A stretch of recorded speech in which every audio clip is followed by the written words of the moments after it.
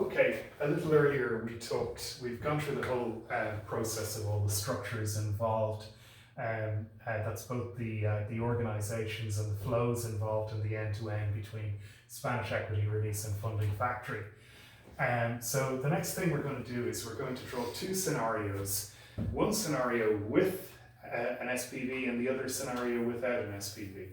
So we've seen already the benefits of the SPV, but let's just kind of really drive them home.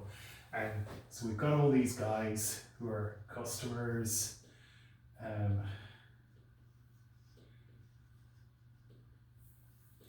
And these guys, they're looking to exchange bear ownership for cash.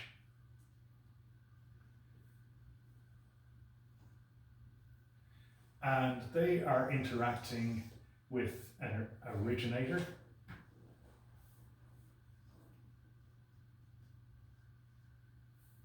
I was a bit skew. And that originator is Property Solutions. Now, Property Solutions isn't the one who's actually doing the buying. And this is the SPV, or the with SPV example. Let me just write that in there. With SPV. Pretty self-explanatory once I draw the box in. So, got the SPV here, the special purpose vehicle. There's several different flavors of that. And what the SPV it does is it converts the beneficial ownership titles into a whole series of securities, many securities, all with a certain denomination. We'll just call them, for ease of conversation, we'll just call it 1,000. They're denominated in 1,000 euros.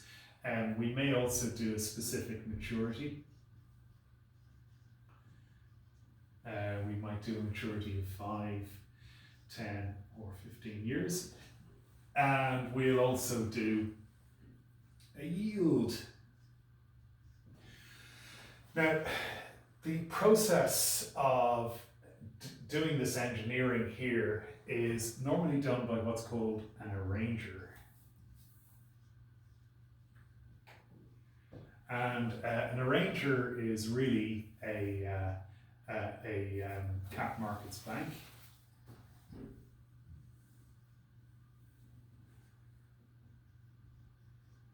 And the individual involved, or individuals, would be really, I guess, quants or financial engineers. And these guys are, they're basically quants who come along and they can look at the value coming into the SPV in bulk and determine what kind of financial instrument we should create at the back of that. And it's really the motivation. There's several motivations for creating an SPV, but certainly from a securities point of view, one of the main motivations would be easy entry and exit. And by that I mean that people can decide to buy a 5-year maturing instrument, and they can decide to do that Monday. On Wednesday, they suddenly need money to buy fizzy pop, and they decide, yeah, okay, I'm going to sell that. So they don't need to go through a whole process of selling a really liquid asset, which is basically a house or an apartment. They can just really dump the stuff right away. There's also benefits around valuation as well. Like, it's hard to value something that's way off in the future, whereas this has an immediate secondary market. They can sell this to somebody else. They could sell it back to us, or alternatively, they could sell it to, for instance, another person that we don't know about. And this secondary market, that really increases when you get the security listed on some kind of exchange. And so we had thought initially about listing these securities on a blockchain exchange. We're thinking of still doing that. We've talked to a company called Securitize.io. We're based in San Francisco. And we've also talked to a guy called Maurizio Pastori, who is head of debt at Euronext. And basically, one of the things we're thinking of listing on is the Dublin Stock Exchange. We may also decide, if we set up in Spain, to list, for instance, on the Madrid Stock Exchange or somewhere like that. But rating does cost. This is cheap, but it has less liquidity. In other words, less people engaging in the market. And this is expensive. This is the rating, but it has lots of liquidity, lots of people, and so this is so there we go. You've got to weigh up the relative merits. Also, choosing one over the other means that it doesn't necessarily preclude us from doing the other eventually. I had originally thought that Securitize.io would be part of our path towards listing on a conventional exchange. I'm actually no longer sure about that, because the base here is really small. Securitize.io have so far released fundings to the tune of around about 150 million, which is actually extremely small. And once this gets going, we're actually going to need quite a good deal of funding.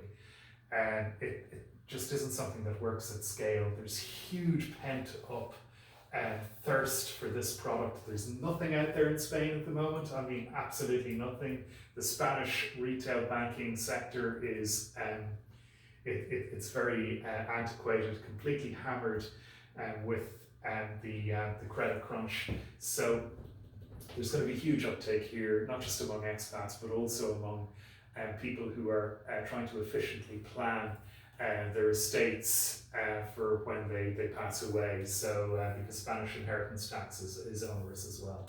So anyway, just to finish off on why we'd like to go with an SPV. As you can see, we've got all these little mini cash flows here. Sorry, these little mini amounts here.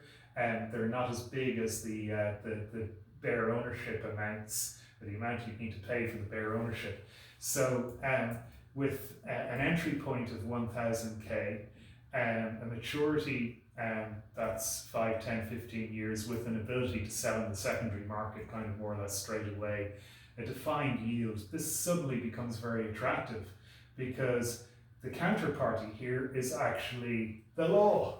It's Spanish law in relation to converting the title from bare ownership to full title, and that's well-established law. So, I mean, if we get this rated, I think the rating is going to be, relatively speaking, very high, because the receivable here is already ours, but we have to take final possession of it and execute a sale.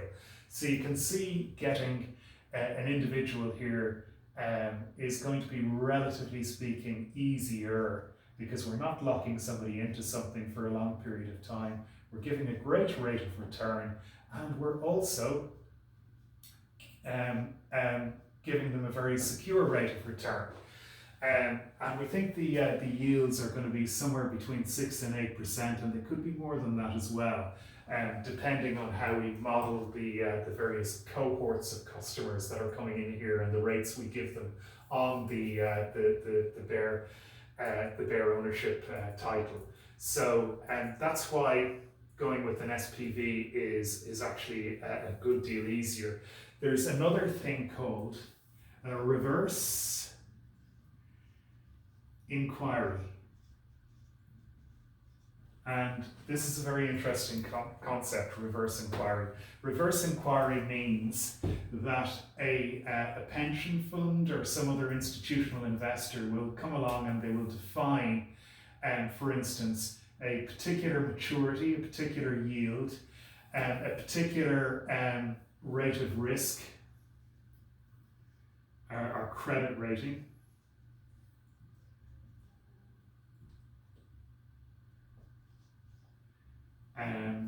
yield, principal. And they might also define a currency as well. And basically, with the reverse inquiry, they say, okay, if you, Mr. SPV, can create something that gives us, that is of a certain credit rating, say AA, and that is of a certain yield, say 4 to 6%, and is of a certain denomination, say, for instance, 1,000 euro, and you're denominating that in a particular currency, say for instance, well, we're doing euro here, but we could easily do USD, or we could do sterling, or, you know, I mean, we've got a number of things we can do. But if you come along and you create a security that matches their criteria, and they will tell you how many of those they're interested in buying. And the chances are, because these guys run in packs, they're going to want a particular profile for their portfolio, and it won't be that different from what the other guys are looking for their portfolios. So you can basically create something where you already know you've got a market, and that can create basically a huge cash reserve here in the SPV. So I was going to put two tutorials together, if you like, defining what happens with an SPV and what happens without. This has kind of gone on a little bit too long for a second part, so I'm going to jump over so this is kind of circa 5 minutes, more like 15 probably. So I'm going to go and do the without SPV now, and I'll keep that sweet and short. So I'll do that for about 5 minutes. That's it. Thank you.